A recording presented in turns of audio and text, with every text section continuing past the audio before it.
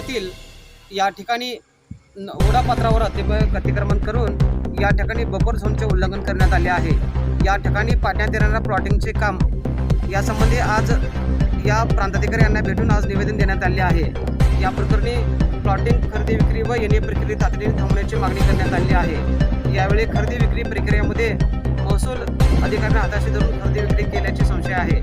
या गट नंबरमध्ये 37 केस व कोर्ट केस चालू असताना